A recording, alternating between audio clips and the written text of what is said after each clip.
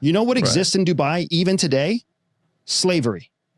Indentured servitude, slavery, or do you really want to go? You want to talk to me about how evolved we are, and then make fine-tune adjustments between what slavery is defined as and not defined as?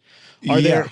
If that's really where you want to go, then let that be an evidence that we're not as evolved as you think we are. If we're actually going to get into a debate about the terminology that defines slavery, indentured servitude versus slavery, I guarantee you anybody who's got a background in slavery is not going to like that argument. Well, I would say we're not as evolved. I would say the hope. fact that you people, and I'm not downplaying a horrible slavery as sexual slavery, human trafficking, all you that know stuff. But it's they have to keep it clandestine because basically as a society, as a community, that's seen now as inappropriate, and there's the human rights commission. The wealthiest sex trafficking in the world happens in the United States. I agree. There's a ton of murder that goes on in the United States too. It doesn't mean we all murder's not slavery, right? Yeah, but it's looked upon universally as something that we don't do. Slavery or murder? Both. Murder is not something that universally people look at. We don't do. We have we murder people here too, and we have the support of the court system to murder people. We just call it the death penalty. We say, oh, you know what? If 20 people sit on a stand who don't know you and they all raise their hand and say you should be killed, it's okay. Right. It's still murder. That's right. But that is the government monopoly sanctioned? it's the monopoly of violence from the government. So back in the day, the government had the monopoly. Their laws allowed the slave trade as an institution formalized to exist. That has now gone away. I'm not saying we're even a half as evolved as we should be as a species, but I'm saying I think it's possible through technology that consciousness and evolution as a species, where we don't as countries have to get to the point of annihilation to try to become top dog. I hope we can evolve out of it. Yeah. So it seems to me like you are using soft terminology. Like maybe you're using words you haven't defined yourself.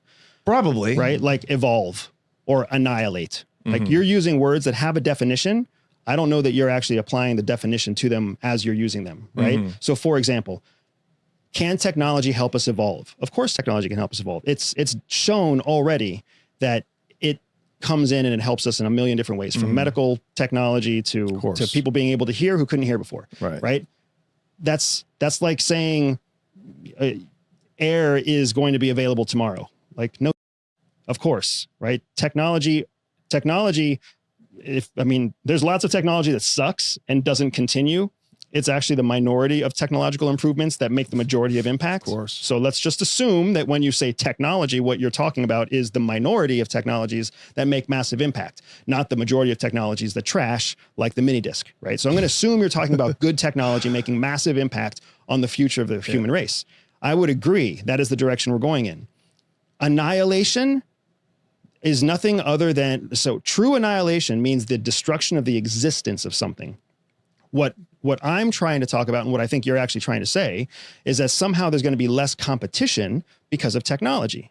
Yeah. There will never be less competition because of technology. The competition will become who makes the newest technology that makes the biggest impact. Because you can't have more than one top dog. Like human beings are tribal by nature. Right? And in a tribe, you have to know where you land in the hierarchy of the tribe. The difference is that we have upward mobility. So when you start lower on the totem pole, you try to work your way up your whole life. And some people make a complete difference. They change their family name forever. Right? Some people are born at the top and they stay at the top. Some people are born at the top and they make all the wrong decisions and they crash to the bottom. Usually that one. And that happens with nations. So what's happening though is you're seeing that the incentive to grow is an incentive that's innate in human beings. There's nobody who's born to a certain place in their caste system and then they stay there forever. The closest thing that you have to that is India. And even India is showing that people are jumping the caste system, right? So the idea that CIA is somehow adopting a mindset or an attitude that is not evolved is a ludicrous idea. If anything, the CIA has always evolved to the current threat level and the current realities, where idealists tend to live 30 or 50 years in front of current realities. If anything, being an idealist is inefficient and unproductive, which is why most idealists are they're unemployed, underemployed, or living in mom's basement until they become grounded in reality. And I guarantee you, there are plenty of people out there listening and watching right now who are like, yep, you know what? I was an idealist when I was 22 and I was eating pizza and ramen noodles. And now I'm a realist at 35 and I make $150,000 a year and I have a beautiful wife and a couple of kids that I'm really happy with. And does that make life great? No. But would I pick my life today over my life at 22? Yes. What the idealist does is thinking 50 years into the future, and hopefully the right idealist, Elon Musk, that leads to innovation, is when you are thinking 50 years down the line. That's a visionary.